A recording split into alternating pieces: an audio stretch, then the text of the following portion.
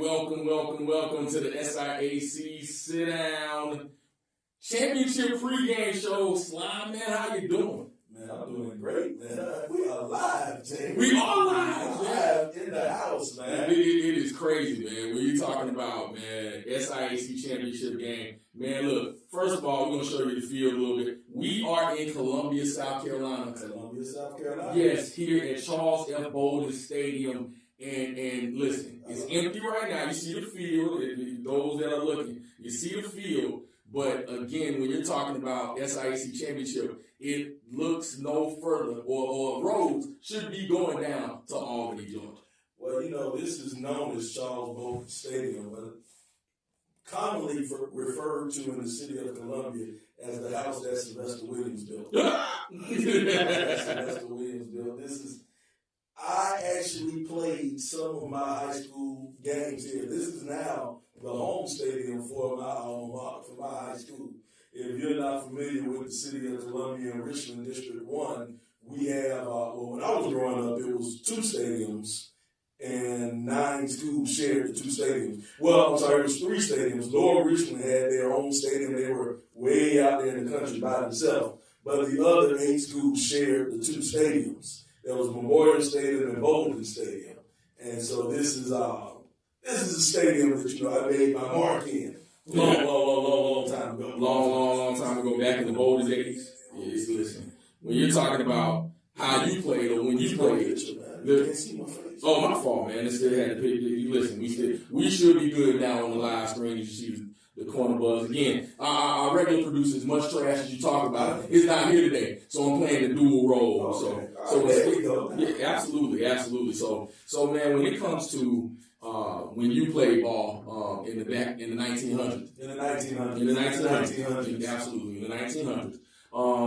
You talk about the stadium. I listened to a brief conversation that you had with the athletic director here in Richland District 1, and you talked about the new configuration of this stadium. Talk about that for a second, man. Just the changes in general. Well, man, the changes in general. First of all, they had a real track around the stadium. I think when I played, it was more of I think they had a dirt track, and then they might have converted it over a little bit later on. But they redid the stands. They made the stands nice and new. They made the visiting side over there. They expanded the visiting side. There's a brand new press box up here. The stadium is complete. They even have a big time HD scoreboard. A video screen scoreboard over there. We had the old little tiny scoreboard back in the day, man. But this is the facilities here in Richland District 1, man. They're top notch, man. Top notch. They did a great job of setting things up here. And I love it. And Karen, don't laugh at the 1900s, Karen. We're alive now. We're responding to your talk now. Don't laugh. On time. And make sure, listen, right now we were talking about, hey, follow Sly at Sly the Sports Guy on Twitter. Let me know. Absolutely. And Jamie Walker at Sport Voice JW. But we are grateful, of course, to HBCU Game Day for offering the platform that, gives us the SIAC Sit Down. Along with Allen University, we are calling the Allen Erskine game today, which is here really, really early. That's why you see no one in the stadium. That game is at 4 o'clock. But in about 45 minutes, hey, championship. And we're going to talk about that championship for a second. Hey, I'm ready for that. I am ready. Big time game. Benedict versus Albany State. Rematch. Let's be honest. The first one, it was a trip behind the woodshed. It was a trip behind the woodshed. I need my little beaten, my woodshed gift to get out of here, man. It was ugly. And here's something about it. It was like a snowball effect. Yes. When that snowball got bigger, they say when it rains, it pours. Benedict came out. We didn't break down the game a little bit. Yeah, we will. Benedict came out. Defense stepped up like Benedict's defense always steps up. They got a turnover, drove the ball down the field off the turnover, and then there's Ocean. I'm not quite sure who he was throwing it to, but he threw it to the wrong man. And boom, interception, and then it just went from bad to worse after that. Albany State just went and did what Albany State does. And I think when you're talking about Albany State, again, you're that balance that we always refer to when it comes to what they do in general. I think being injured, having a quarterback injury, Isaiah knows, and then coming back and, first game back, oh my goodness, he played phenomenally. Second game, not so much, maybe he had the delayed rust, I guess, so to speak. So when it comes to what he was able to do, and then third game back did well. So when you're talking about what they're able to do both offensively and defensively, or talk about the number of starters they had back, man, you're talking about a team that's loaded, but don't give, I know a lot of people talking about, another blowout, but at the same time, playing a team twice in the same season is tough. It's always tough. It's always tough when you play that team that second go around. Because what happens that second go around, you realize, okay, I could have did this. I could have changed this. I could have went better here. And you see those mistakes you made. And when you look at Benedict, even though they got beat pretty bad, there was a lot of bright spots for it. A lot of bright spots. And maybe I can change this, maybe I can change that. But if you're Albany State, you're on the other side. Albany State says, this is how I beat you. I could have beat you worse. Say, I would have did this. Not worse. I could have beat you worse. Or better. I could have beat you better. He said battle. Listen, man. Education pays off, sir. Batter. But anyway, when it comes to Albany State, again, we're talking about a team that has everything in front of them. You're talking about a squad that knows and has been here before. We talked about that the other day in the sit-down. And when you're referring to what they're able to do going forward, man, a lot of the team, you made a great point with this, because I didn't think about it in these terms, because when you're talking about a head coach being hired and a lot of turnover being in, you don't think about the players that remain there that have gone through the entire storms. They weren't there last year, but this year, bringing back those returning starters, they had the experience to get beat down by Benedict. Yep. So this could be spotted as a revenge game, man. We'll see. And I'm pretty sure, those seniors on that Albany State team, they were, sophomores, freshmen, however you want to put it, when Benedict came, and Benedict laid the beat down on them in the championship game. They went up to Lakewood Stadium on a rainy day, and that's what made it even worse. It was just a misty, muddy, just a bad day. Nasty day, and they got whipped. Yes. And so that those kids who stuck around. Those kids who stuck around, they believed in the program, they believed in the system, and they stuck around. They remember that game. And they had this thing. They had 2 weeks ago circle, 3 weeks, whenever they played Benedict, they had that circle, and now this championship game is circle. Those kids from Albany State, oh man, they have something, and they want to leave no doubt. They want to leave no doubt. You said something, man. Leave no doubt. Back to remember the Titans. Run it up. Leave no doubt. I'm a fan of running it up. I'm a fan of running. My thought process, a lot of people get mad when they talk about, they run up, still run up to recruit hard. And stop them. Just stop them. At the end of the day, I say the same thing when it comes to just what they are. The team that come into this, they want something to prove. They want a championship. And I think at the end of the day, that championship will solidify a lot of things. Now, we got to talk about this as well. Already got a vacancy in the SIAC. Yeah.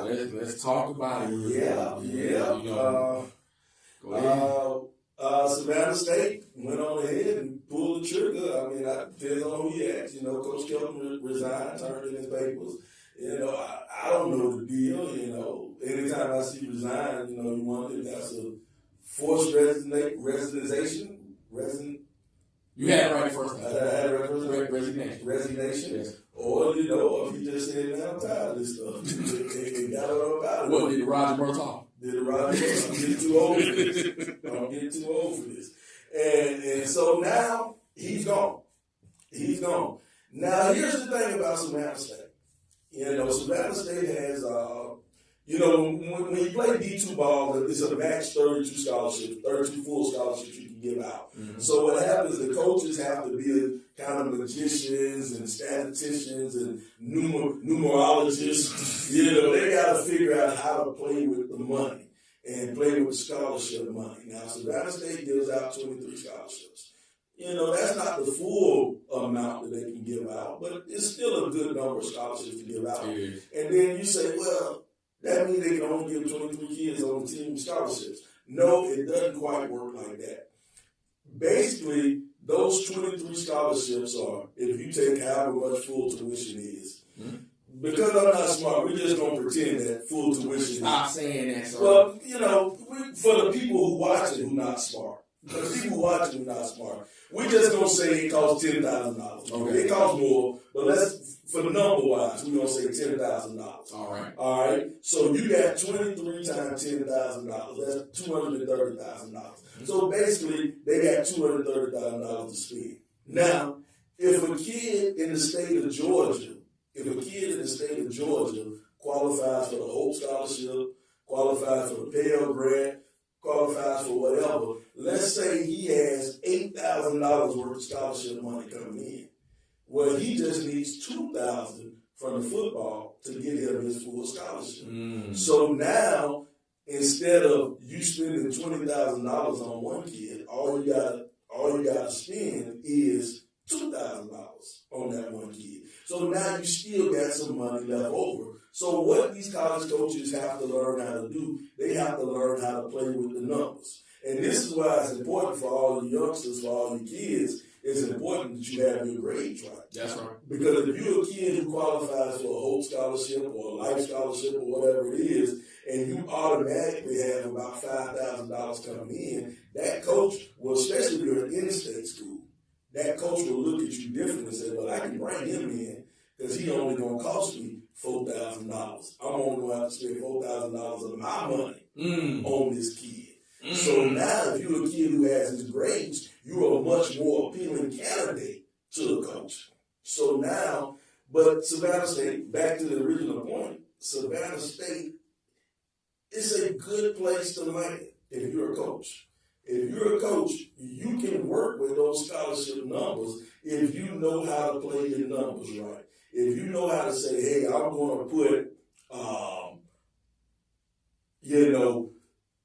$10,000 with in-state kids, and my out-of-state kids, I'm going to give them a lot of money. I'm going to get 1 or 3, out-of-state kids that I can give a whole full ride to.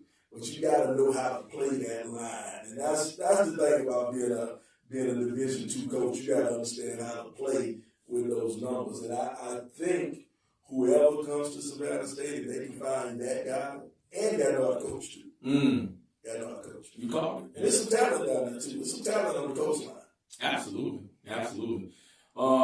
Glad you could join us here on the SIAC Championship live show. We are here at Charles F. Bolden Stadium in Columbia, South Carolina. No, this is not where the championship game is. Championship game will be starting in a little over 30 minutes from Albany, Georgia. And listen, the Albany State Golden Rams versus the Benedict College Tigers.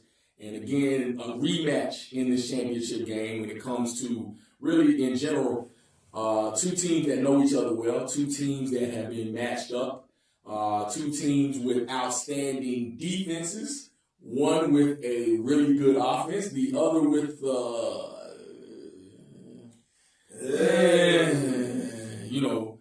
a questionable offense.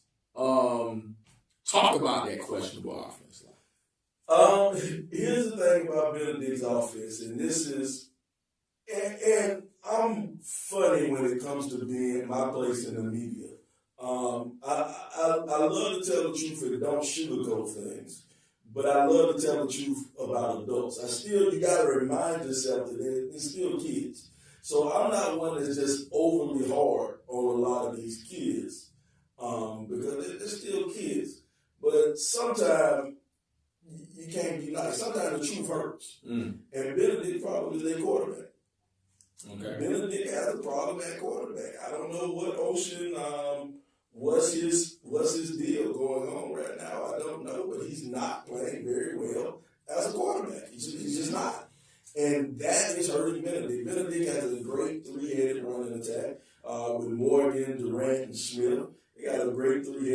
an attack, but they can't get any production out of the quarterback. And that defense from Albany State, as much as we talk about the defense from Benedict, we talk about the defense from Benedict being great. That defense from Albany State is really good. Yes, they are really good. They are well disciplined. They are all over the field. They make plays happen. Their defense has scored a lot too. Yeah. Albany State defense puts the ball in the end zone. So they know, that last game, they seem like they know how to take advantage of Ocean being a weak quarterback. And they have. If Benedict wants any chance of winning this game, that's the question I was about to ask. Ocean has to step up. Okay. And then you look on the other side, you look at Albany State's offense. Isaiah Knowles is good. Isaiah Knowles is good. He is the SIAC Offensive Player of the Year. I don't think he should have been the Offensive Player of the Year because he missed 3 games. Okay. He missed 3 games, but he is still probably the best quarterback in the league. Okay. I think he got that award on the fact of what he would have did if he did play the whole season, but he's still the best quarterback in the league. No doubt. And when he came back against Benedict, he was off for 3 games. He missed 3 games. He came back and he looked like he didn't miss a snap. He picked Benedict apart. I mean, he boom, boom, boom, boom, boom, boom, boom. He picked him apart. And by him being that good at quarterback, I think he can still pick Benedict apart. I think he will still be able to pick him apart because his offensive line, they're healthy. They're going to give him the protection that he needs. Now, they got those monsters up front now. They got those monsters up front. Let's talk about that, agile, hostile, and mobile. And mobile, I'm telling you. But I think he is a good enough and seasoned enough quarterback where he's going to get that ball out on time. And he's going to make the right decisions. Knowles is not going to make a bad decision. Knowles won't ever lose you a game. He's going to win you a few, but he will never lose a game. And that just gives you so much credence to the quarterback play in D2. It is a point we've been making all year, a point really that we've, kind of saying the praises of. There's a lot of good quarterback play, in both the HBCU conferences in D2, especially in the SIAC as well, because if you look at the standard of play and look at the style of play in both conferences, it has been a thing where some is a more run heavy than passing, but when you got the likes of the ex-SIAC player in Kelvin Durham that's gone to Johnson C. Smith and shown them some things. They are now in the championship game themselves. They're about to play in Durham, North Carolina. Durham being the epicenter of HBCU football in the last couple of days. But when you're talking about Isaiah Knowles, you're talking about Darius Ocean, contrast of styles and how they played, you are exactly right. He has to be a lot better than he's been, especially last game through 3 interceptions, I think. Last 2 games. Yeah, so turning over the ball cannot happen if they have any chance, regardless. We talk about how much the defense has scored.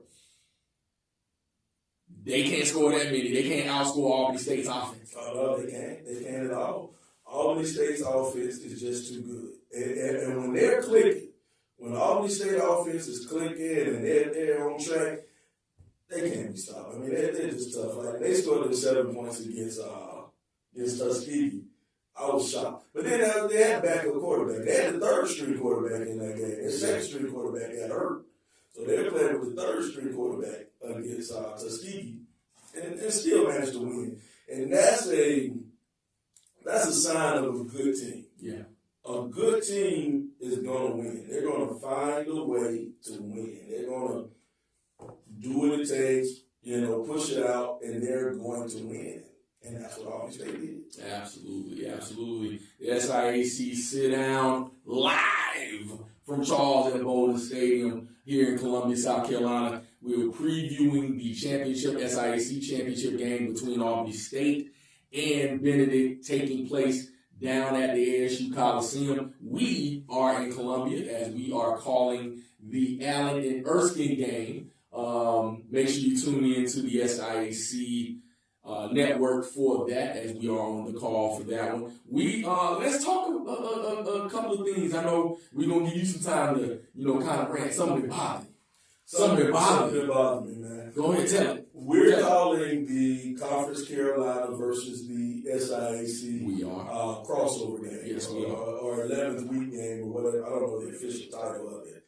Also, it's another one going on. It is. Kentucky State is playing short. All right. Now, you got some people out there in the world, they upset. They are. Kentucky State playing shorter instead of playing Delta State. Butt hurt. Yeah. They're a little butt hurt. They're a little bit upset. But, my thing is, get over it. Now, this is what's not understood. A lot of people, you saw a press conference where a coach got out there and said, hey, they canceled the game a week before we were supposed to play. Mm-hmm. You got a coach that basically come out and lie. Yeah.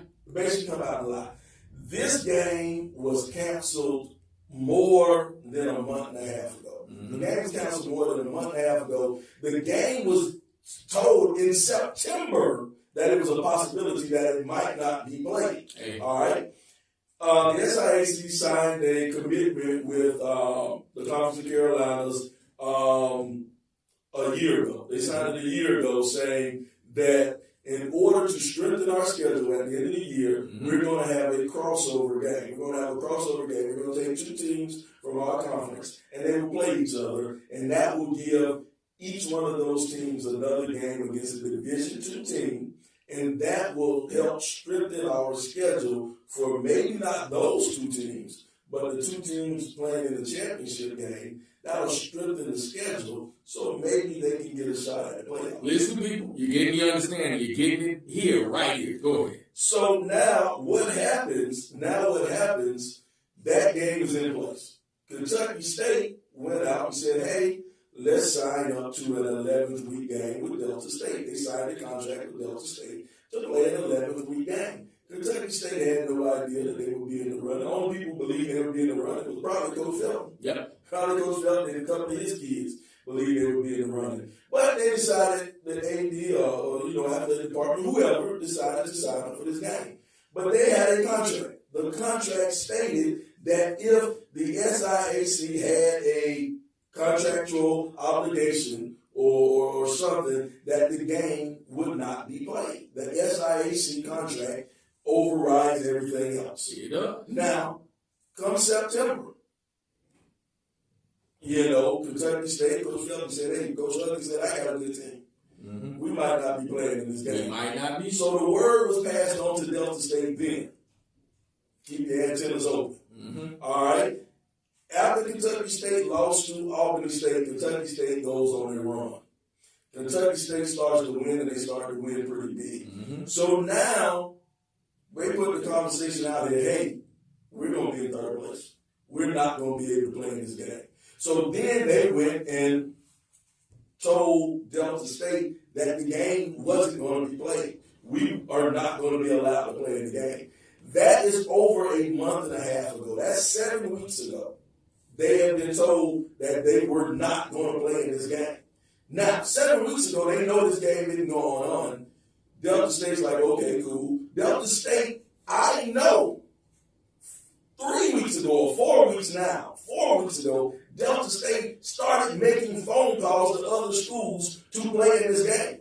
Say that one more time, because I need the camera on you. 4 weeks ago, they started making phone calls to other schools to play an 11th week game because they knew Kentucky State was not going to play. They knew the game was going to be canceled 4 weeks ago. Now, Delta State couldn't get a team they wanted. They couldn't get whoever they wanted or whatever. But they're not worried. They're still in the driver's seat. They know that West Florida's number one, but they have a chance of being number two and still getting into the playoffs. So all Delta State had to do was keep winning. They lost to West Florida. They did. As expected. But then, it was as expected, but they blew the lead to West Florida. Mm-hmm. They come back to Valdosta State. They did. And blow the lead to Valdosta State. Mm-hmm. Choked. Pull a choke job. Blow the lead. Now, they're no longer in contention. They're starting to fall out of those rankings now. Now they need that game against Kentucky State to play so they can get in contention. But Kentucky State has already told them we're not playing in this game. We already have a contractual obligation with the SIAC. We can't play. So now you're mad. Now you're mad and you want to go on there and change the narrative and say, hey, you just told us last week you wasn't playing the game. That's a bold-faced lie. That's a bold-faced lie. First of all, if I'm Kentucky State, why would I play the game? No, exactly. It makes no sense for Kentucky State. They would have to travel to Delta State. So now you got to spend $40,000 to $50,000 to travel. I don't know how much travel costs. Right. You know, you got to spend your money to travel down there to play in a game. And Kentucky State's going to beat Delta State. Let's just be honest. Delta State barely beat Fort Valley. They barely beat Fort Valley. And then they beat Fort Valley off of a penalty at the end of the game that on a kickoff, they had them advance the ball to, I think, the 45 off the kickoff, the other 45 off the kickoff, and then they got two good plays to get in the end zone at the end of the game. Playing against Fort Valley, after Fort Valley's starting quarterback got taken out of the game earlier. So now they're playing against the third-string quarterback of Fort Valley. And you barely beat them with like 30 seconds to go. And you think you can beat Kentucky State, the hottest team in the conference right now? Come on, man. Kentucky State would have, they would have been behind the woodshed. Well, mollywop them. Mollywop them. Absolutely. And so now you telling them they need to go down to Delta State, play a game, spend $50,000 to play the game, or you can have a home game and make $50,000. Exactly. What you gonna do? Hey, looks to me like I'm staying home. But again, when you're talking about, I'm so glad you clarified that, because I think the narrative was it just happened this week. I called you on Tuesday and said we're not playing. And I think that's what everyone has kind of harped on when it comes to this entire thing. It wasn't a this week thing. It has been a 4-week conversation process type situation. And so when you paint a coach and a team, and even so much, to a lesser extent, a conference, because you're talking trash about the SIAC at this point, their coaches, their staff, all the things, even the commissioner, indirectly. That's not something that none of us take lightly. And if you read a little bit deeper into that press conference, I'm not going to go that far. No, I'm not going to go that far. But you see it? Yes, easy to see? Yes, you 38 high. So one of the things you could have done was, Fayetteville State needs a game. Hey, see if you can meet in, I don't know, Georgia. Somewhere. Yeah, Fayetteville would have took that game. I know two SAC teams needed a game. Well, one of them probably wouldn't play for the same reason Kentucky State wouldn't play. But one of them would have been able to play, and one of them was reached out to. So that's my issue. That's my problem. You want to try to frame that like Kentucky State is running. No. Nobody's ducking smoke. Nobody's ducking smoke. As you can see in the second picture, a beautiful day here in Columbia, South Carolina. Just as beautiful in Albany, Georgia, as the SIAC Championship will take place. 1 o'clock kickoff. 1 o'clock on the 4-letter network. That will take the ESPN Plus. So our game, which will kick off at 4 o'clock from Charles F. Bolden Stadium, Allen University against Erskine. Again, in the Conference Carolina crossover games to bolster the SIAC standing in the playoffs. Again, tomorrow you'll see, after all these games settle, who in the regionals, what the regional placements will be. So make sure you stay tuned for that. We're glad you can join us here on the SIAC Sit Down Championship Preview Show. We got about 20 more minutes. We're going to talk a couple more football-related things. Again, when you're talking about the SIAC, you're talking about first team, second team, all the superlatives. We're going to talk about that for a second because we had a meeting with Coach Pearl the other day. And listen, he wants y'all to know something. We're going to tell it right here on the SIAC Sit Down because we sugarcoat nothing. I know I give the political answers. Slide can give it a little more, raw and uncut. But listen, he says if you want to be one of the best in the league, want to be one of those superlatives, player of the year, you want to be newcomer of the year, come to Allen University. That's what he said. come to Allen University, man. Allen, if you look at the past 3 years, David Wright, Player of the Year, Conference Player of the Year. Last year, Jameer Dismukes, Newcomer of the Year. This year, Fabian Duncan, Player of the Year. Hey, man, if you want to be somebody, you might want to come to Allen. You might, man. You might want to come to Allen. You might want to come to Allen. But again, when you're talking about just the way that program has kind of seen it, we're going to kind of look at this game a little bit, and we're going to be honest with you. There's not much analysis we can give on Erskine. We watched the film on them. They didn't finish necessarily at the top of their league in Conference Carolina. But they do have some parts that are there that can be scary for Allen. When you're talking about a quarterback, 6'6" guy, he's a true freshman.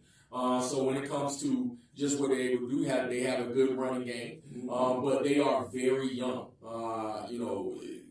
Mentioned during one of their broadcasts in their last game, I think against Barton College, they talked about how young that defense is. So I think that is tailor-made for what Allen can do as well. Let's talk about what Allen should be able to do against Erskine. Talk about that Allen offense.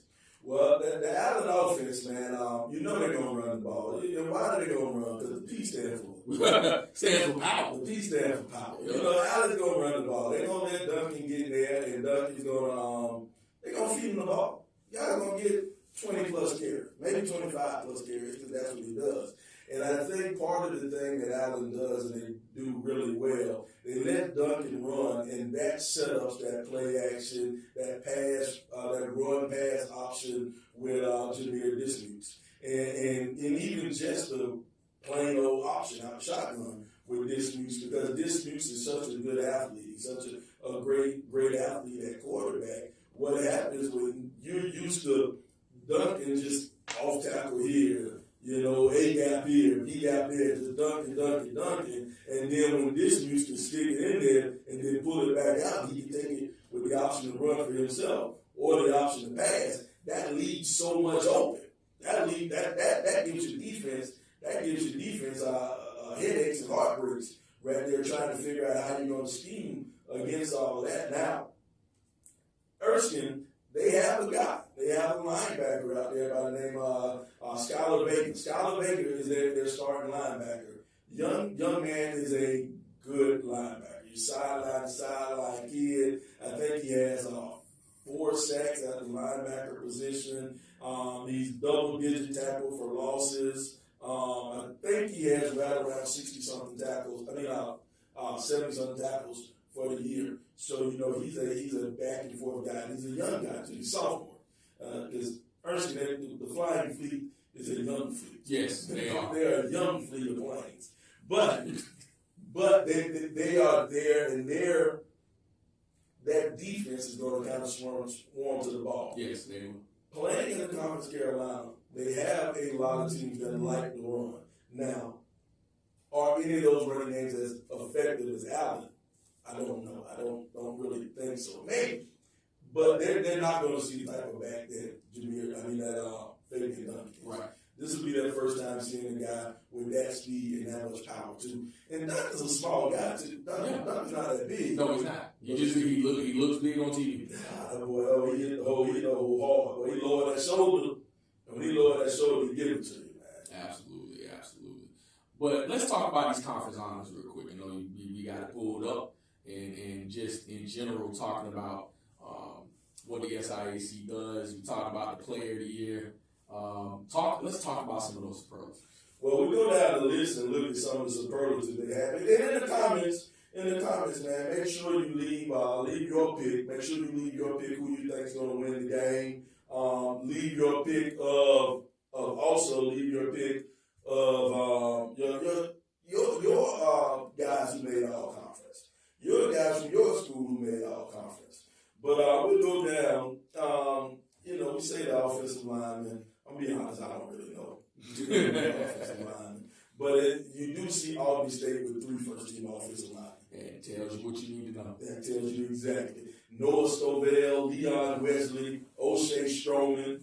I wonder if his parents thinking about the Ice Cube. Good question. Good question. Anybody? He's from Lithonia too. Oh, man. Ask him. The O'Shea Strowman, and also the other two offensive line, Daniel Bostic and Chance Bush.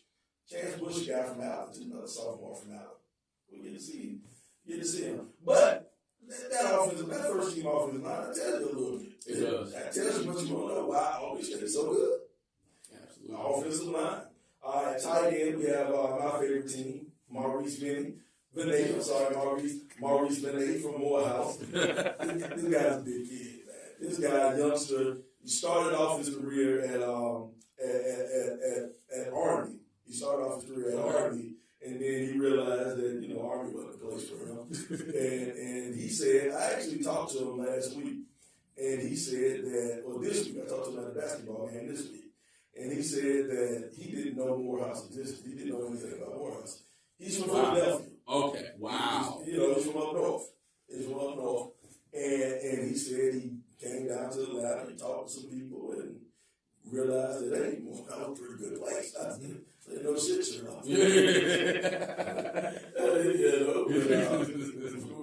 realized Morehouse was a pretty good place. And so he came down, and he's a huge guy. He ended up making first team all-conference as a tight end. Okay.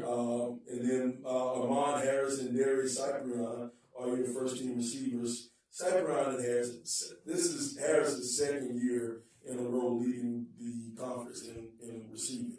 Last year he led in reception yardage. This year he's leading in actual receptions. I don't think he may be first in reception yardage too. He may be sure. Look at this stat, but Amon Harris. Listen, someone said he will be in the SIAC Hall of Fame. Got to be. You're talking about one of the great receivers this conference has ever had. So I think, I think that absolutely stands tall. But I tell you what, I got a question. I'm gonna throw this out there to you. Well, I got to answer. Do you think that game that Cyprian had put him over the top of his teammate, John McCall? Coming before that game against Clark Atlanta, I would have thought that John McCall would have been the first team all-conference, and Cyprian would have been second. But that performance against Clark went on ahead, and I think put him over the top. Okay. I think he put him over the top.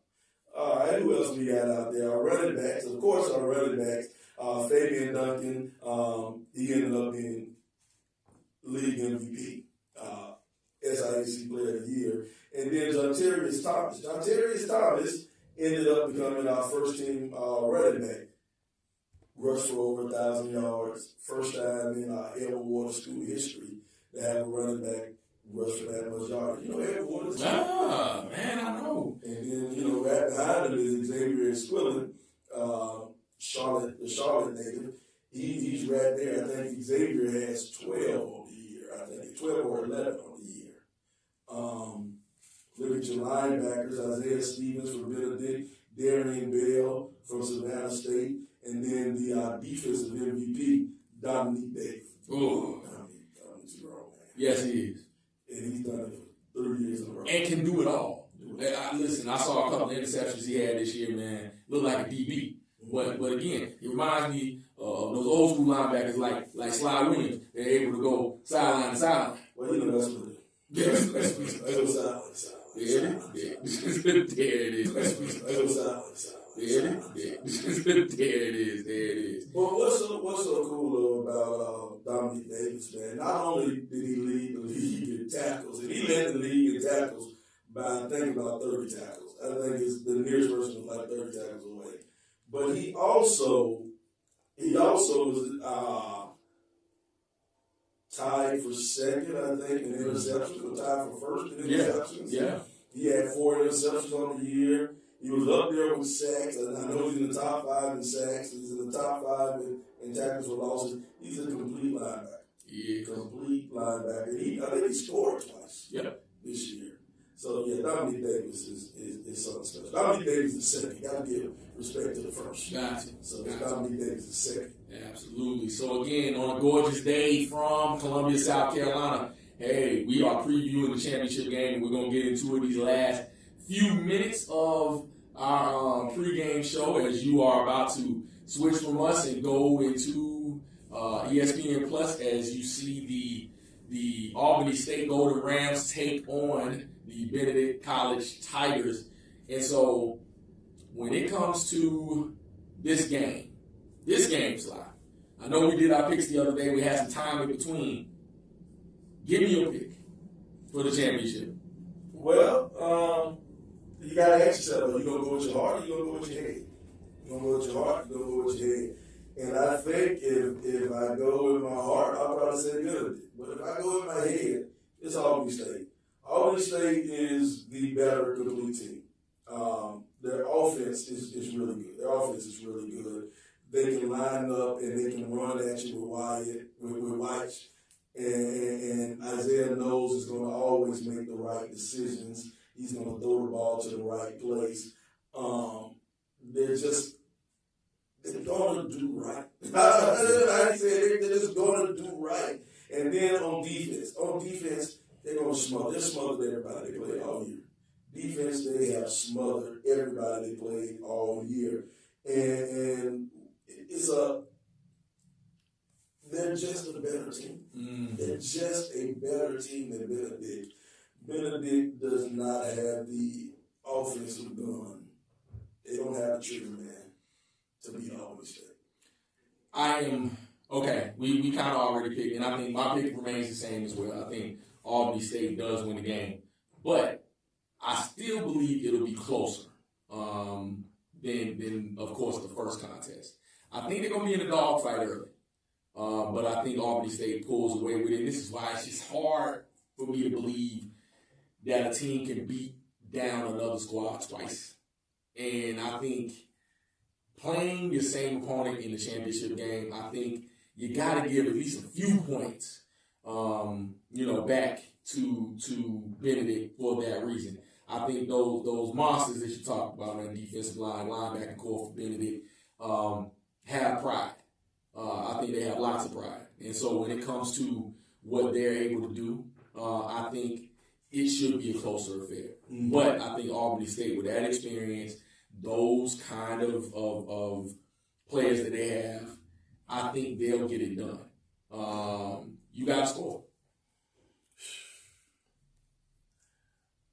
I'm going to say 35-20. 35-20. And then it's hard for me to say 20 because Benedict field goal kicker missed 3 field goals last week. So Benedict might not be able to kick the field goal to get him to 30. Kick the extra field goal to get him to 30. Or he might be 20 because he'll miss an extra point. Who knows, man? I'm going to tell you what also. Besides that, if Benedict loses this game, does that take them out of the playoffs? See, that's a funny question, man. That's a funny question, and that's something that you got to wonder. If you're rooting for the conference, it's better for Benedict to win, because if Benedict wins, that means Kentucky State has a really good chance of staying in. If Benedict loses, Benedict may fall. It's hard for Benedict to fall all the way out because they've only lost 2 games. They lost to the same team. So it's hard for you to put them all the way out. But if they do lose, maybe Kentucky State, even with a win today, is not strong enough to stay in.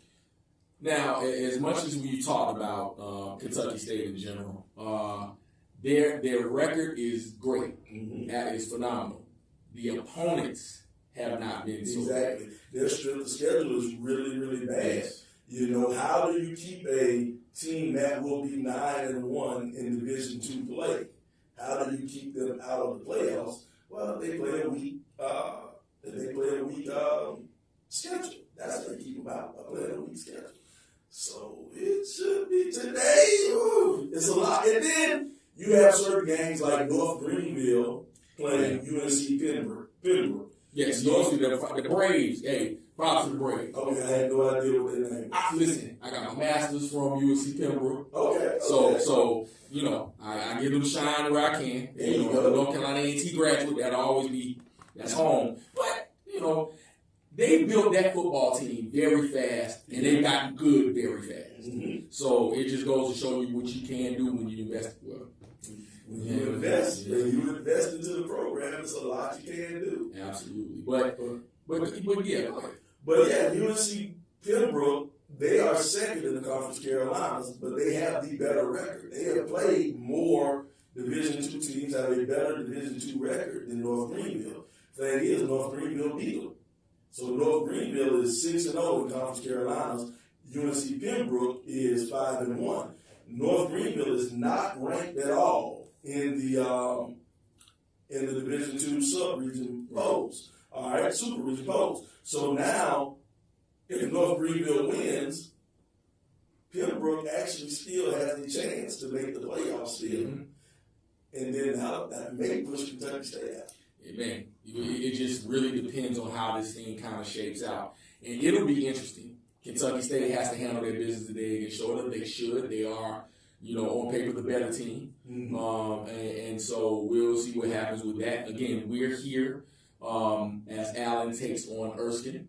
Yeah. And so Allen wants to get, they're 5-5 right now. They want to get that 6th win to have a winning season. So we hope that will happen. It should happen. We feel that they are the better team. But again, when you're talking about the championship game, the SIAC Championship, CIAA Championship happening between Virginia Union and Johnson C. Smith, lots of playoff football. And these are the opportunities that really both commissioners talked about in getting more of our teams in the playoffs. They are no longer in the same region, so more consideration is going for our squads in general to be in the playoffs. And I think they're deserved. Again, when you're talking about D2 football, we've had teams that have made championship runs, been in the championship game. So, again, the full complement and competition amongst all the teams in Division II is right here. It's not a thing where one conference chooses the other in Division I and they're going to the bowl versus the playoffs and our teams don't get in. Division II, all up in the same thing, and we have the opportunity to make some noise, man. But look, one more minute to go, man. It's been a blast. I know we started a little late, but of course, internet, sometimes the internet don't give you what you need and right on time, but I want to thank Tyler Carr back at the ranch for answering the call real quick, and HBCU Game Day in general for offering the platform for us to do our thing, man. We got to, give props to everyone involved. Want to thank those that have been on. Hopefully it's been a good stream. You've been able to, hear us clearly and all the things, because this is something new that we're trying and hope to do more of it, man, being remote and kind of being on location. So we'll see, man. I like this, man. I like going on location and checking stuff out, man, and listening to the fans going live, man, instead of y'all coming at me after. Come at me while I'm live. Yeah, man, yeah. So for Sly Williams, I am Jamie Walker. We are out. Make sure you go on to ESPN Plus. Go enjoy the championship game. We are out.